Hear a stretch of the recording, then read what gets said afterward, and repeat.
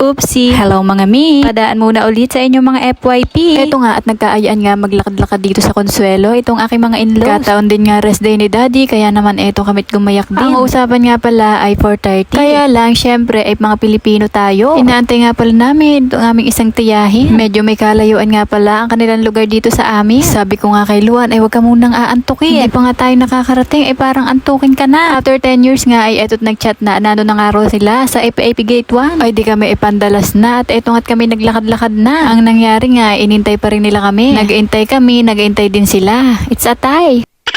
Ito nga pala ang aming tita Nina. Kasama niya ang kanyang anak. Alam niyo mga mi, simula nung nagkaanak ako, kahit nga mag-grocery or sa palengke lang, or kahit malapit lamang aking pupuntahan, makalabas nga lamang ay ako'y tuwan-tuwa na. Para na akong batang nakalaya. At ito na nga pala ang entrance ang aming pupuntahan. Welcome to Consuelo Park. Napakaganda din nga pala dini. Ang daming mga puno. Napaka-refreshing. Kaya sa mga hindi pa nakakapunta diyan, na malapit lang naman sa FAP, punta na kayo dito. At simulan na natin ang ating fitness journey. Ayan nga pala at may mapa. Hindi rin naman kayo maliligaw dahil paikot-ikot lang kayo dito. Ang tagal-tagal ko nang inaayan itong aking asawa simula pa nung itayo ito. Katapat nga lang namin ito ay nga ngayon lang siya nakarating dito. Napakatamad niya kasing gumala mga mi. Ayan nga at ayaw na ayaw niya mapapagod itong aming prinsesa. Kaya naman kinarga din niya. Ayan nga isa sa mga dahilan kaya ayaw ko umalis mag-isa. Tingnan niyo naman yung araw palubog na. Ito ang perfect time, hindi masakit sa balat. Napakaganda ng sikat ng araw. Bago nga pala kami makarating dito ay nakanganga na itong aking sapato. After 3 years nga ay nga ngayon ko siya nagamit. Pang trabaho ko kasi itong sapatos na ito. Hindi naman siya mamahal pero comfy ito. Kaya sabi ko ay hindi kami makakapaglakad-lakad dahil baka iwanan na akong sapatos ko. Napakasarap talagang lumabas ng bahay. Para akong ibon na nakawala sa hawla. At gusto ko rin kasi na itong aking anak ay maipasyal-pasyal. Nakakatuwa na rin nga kasi itong ipasyal at sobra na mag-appreciate ng mga bagay-bagay. Kaya nga lamang ay sobra din nga magligalig kapag ayaw pa niyang umalis. Alam niyo yung pakiramdam na nakakaawa kapag hindi mo inilabas.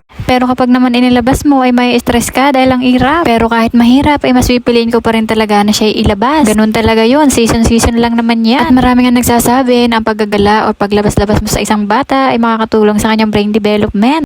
Magiging curious nga itong bata at magiging matalino daw. Pero hindi naman talaga iyon ang aking purpose. Gusto ko lamang talaga ay makita lang lagi siyang masaya. Ito na nga ang pinaka-favorite spot dyan ni Luan. Itong mga isda at magpakain ng mga fish. Kahit nga naman mga matatanda ay aliw na aliw dito, ay di lalo na nga naman itong mga bagets. Nung una nga namin punta dito ay maliliit pa ayan. Abay nagulat ako ngayon, ang tataba na at ang lalaki pa. Habang naglalakad-lakad nga itong aking mga in-laws, kami nga ay di na nag-ubos ng oras sa isdaan. Ay ang pinapakain nga pala dyan ni Luan ay binabayaran din eh. May bendo doon na 5 piso. May 10 piraso naman siguro yung mga bilog-bilog. Kaya kung kayo may kasamang bata, magdadala kayo ng maraming 5 pisong bago. Dahil yun lamang ang tinatanggap ng bendo. Ayaw na ng lumang 5 piso. Ang aking journey bilang isang nanay ay hindi na lang ito tungkol sa sarili ko. Kung hindi, ang lahat ay tungkol na lamang sa aking anak. Sa ngayon nga ay ito ang tingin ko na mas priority. Napangalagaan itong aking anak at punuin ng pagmamahal ang kanyang munting kaisipan. Dahil gusto ko nga na magtanim sa kanya ng character at hindi lang basta knowledge. Ang isang tao nga kapag wala ka sa tabi niya habang siya ay lumalaki, hindi niyan basta-basta tatanggapin ang iyong mga advice. Kahit pa nga iyon ay sa ikabubuti niya. Paano niya nga pala yun maiintindihan? Tayo mismong magulang niya ay hindi present sa kanyang paglaki. Kaya naman eto at naiisip ko na siya ay magbe-birthday na nga ngayong May. 3 years old na siya. Ibig sabihin ay 3 taon na rin ako nandito at kasama niya. Kapag nagbe-birthday itong aking anak, na people sorry itong daddy niya kapag wala siyang naibigay na birthday present. Gaya ng mga gift na mamahalin. Palagi ko kasi siyang pinipigilan. Wala lang kasi ako ay lumaki naman ako na hindi materialistic. At masaya din naman ako. Kaya gusto ko sa anak ko ay gayon. Ang lagi ko nga sinasabi sa kanya, sobrang sapat ang binibigay naming atensyon at pagmamahal sa aming anak. At saka nga kaya nga eto at ako'y tumigil sa work para nga hindi siya lumaki na materialistic. Dahil kagaya nga ng ginagawa namin, mas pahalagahan niya din ang aming presence. Ang sabi nga ay kung anong itinanim mo ay yun din ang iyong aanihin. Kaya tayo bilang magulang ay magtanim tayo ng magtanim ng mabuti. Lalo na sa ating mga anak. Dahil sa ating mga magulang silang pinakamahalaga. Hubugin natin ang kanilang karakter. Yung tipong kapag tumanda na sila, hindi tayo mag-aalala na baka mapahamak sila dahil magaling silang makisama. Dahil kilala mong anak mo. Grabe, sobrang ganda ng buwan. Yan pala yung araw na may eclipse. Sobrang ganda rin nga talaga ng mga creation ng ating Lord. Heto nga at ginabi na kami. At eto na nga siya. Ayaw na nga niya magpabuhat sa iba. Kung nakarating nga kayo sa dulong ito ay maraming salamat. Pwede mong i-comment kung nasaan ka ngayon para naman malaman natin kung saan na umabot ang ating video. Always remember that God is good all the time and all the time God is good. Bye! God bless!